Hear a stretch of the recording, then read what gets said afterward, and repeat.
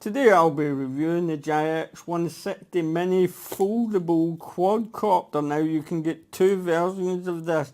You can get a Wi-Fi version and the non-Wi-Fi version. Now this is the non-Wi-Fi version here. The Wi-Fi version is the JX1601HW and it comes with a 720p camera here, so if you check the link in the description below you can check that out. Now let me just open it up, and I know you can see in the background is the eSheen E59. Now I was going to compare these two quadcopters up, but when I looked into the description of the quadcopter, this comes with altitude hold, so I couldn't really compare it to the eSheen E59, even though it's very close in terms of weight, size, propellers and battery life. So I'm just going to take the eSheen E59 out of the way and go through the main quadcopter that we're reviewing right now. All the specs of the quadcopter will run through them as I go through the transmitter. It comes with altitude hold.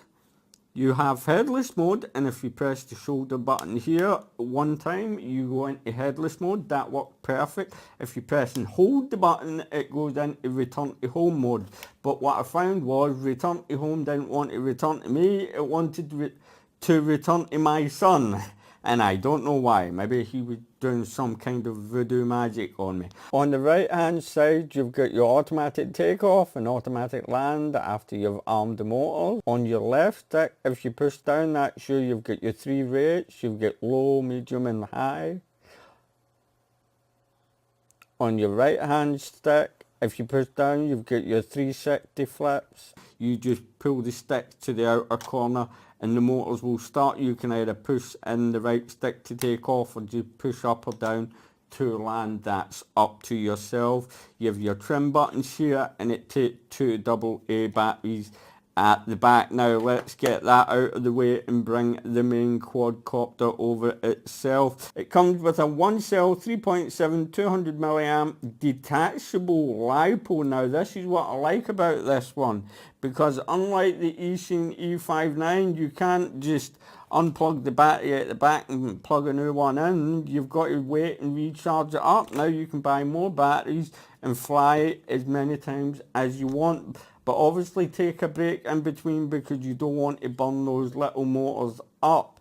The detachable LiPo battery has a little plug on it which is a pH 2.0 plug, and you do get a USB charger with it. Takes around 40 minutes to charge up, so that's not too long at all. Obviously you just plug it into your computer, red light comes on, then goes off, and that's you fully charged up. Now let me just put it into the quad. The weight of the quadcopter is 28 grams with the battery, and you also get a set of prop guards with the quadcopter. Now I can tell you these are a complete nightmare to put on. They're really, really irritating. If you can see, let me see where we're going. If you can see here, there's a little tiny slot there. Well, that slot, you need to slot this little bit into it, then it clips around the side, and that's another thing, you don't get a prop removal tool, so you'll need to have one at hand before you put the prop guards on, and with the prop guards on, the total weight is 30 grams, so that's the exact same weight as the eSheen E59.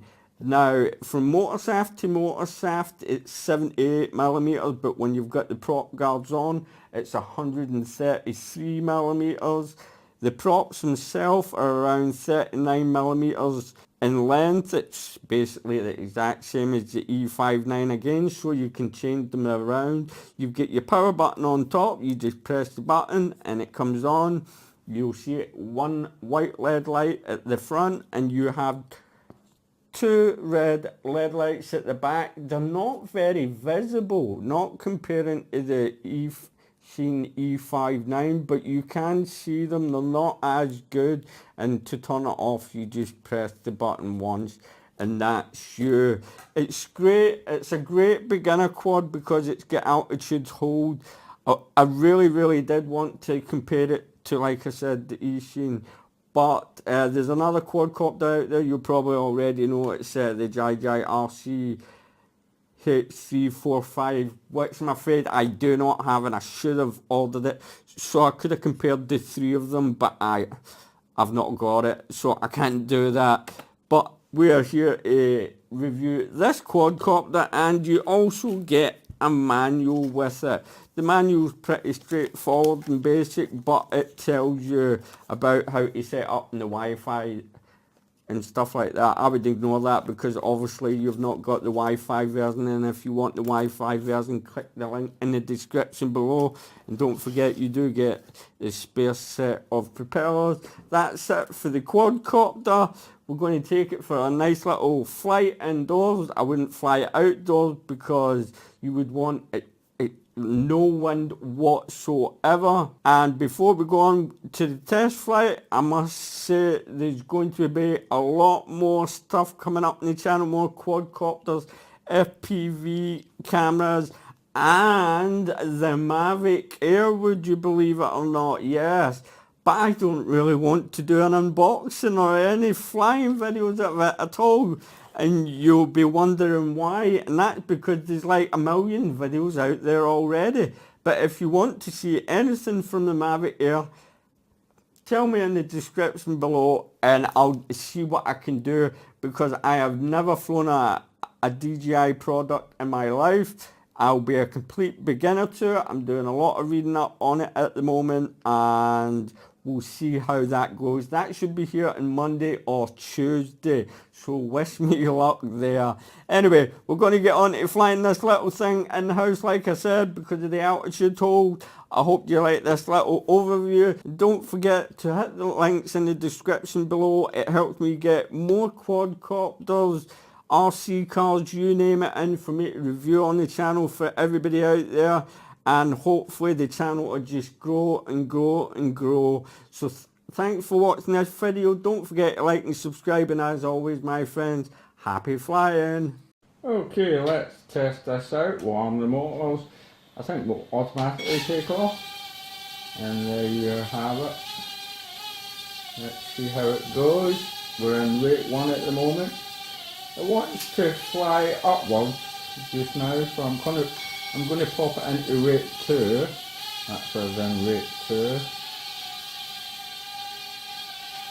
Now remember, there's not a lot of space in here, and this thing is really quick.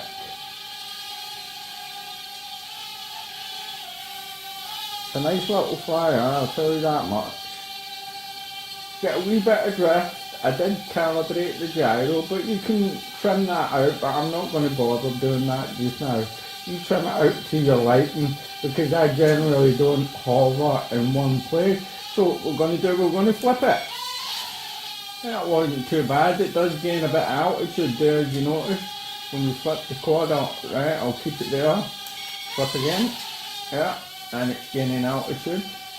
You can flip it in any direction you want to.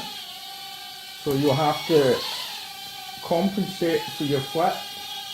After your flip, you want to bring it down. Oh, you don't want to flip that time, because I didn't push the button right. If you double press the flip stick in, you're cancelling the flip. So that's quite handy, that is. Like I said, this thing is fast. Come over here. Oh. Right, this is us in rate 2, remember. Get off that wall. Right, we'll pop it into rate 3. Right, that's in rate 3 now. How much faster are you? Ooh, hoo, hoo, hoo, hoo, hoo. Oh yeah. The altitude hold to descend and to go up is a lot slower, but in rate 3 it's not too bad at all. Whoa, it's just bringing it back down out of corners. That's the big problem with it. And the thing I like about the E59, if I get into trouble, I'll usually just flip it out of trouble. And the other thing about it is, it's without the altitude hold, is really great. It's great fun. I've been flying it more than any work in the house. These styles of quadcopter I love to just sit here and fly when I'm not doing nothing. As you can see, it's just so fast. Oh, come on, miss that. Whoa, ho, ho, ho, ho. You can feel that wind round there. It's just so much fun, it really is. Come over here, I've lost sight of you, where are you? Oh, went right over the top of my head there. Remember, it does have return to home and headless mode. I don't know if I want to use return to home, but we'll try it. I'm going to put it into rate 2 and we're on headless mode. So headless mode, yeah, headless mode is working as intended. Because I'm pushing the stick while turning it and you're going that way, yeah, that's fine. I'll come out of headless mode. Right, return to home. I don't think I want to press that button. I don't think I will.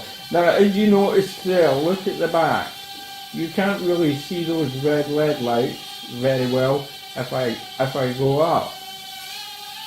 They're not really good, but on the front LED light,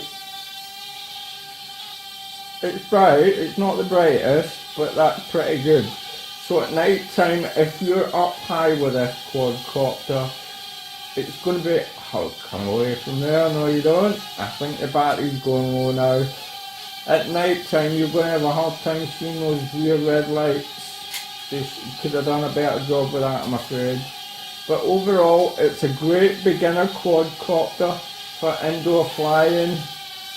I would recommend you buy this one first, then jump on over to the E59 and have a blast. Yeah, it really does feel like the battery's coming down on me now. Slowing down, and the reaction on the sticks are getting a bit slower now. Overall, a nice little indoor quadcopter for what it's worth. 13, 14 pounds. Is that the light flashing now?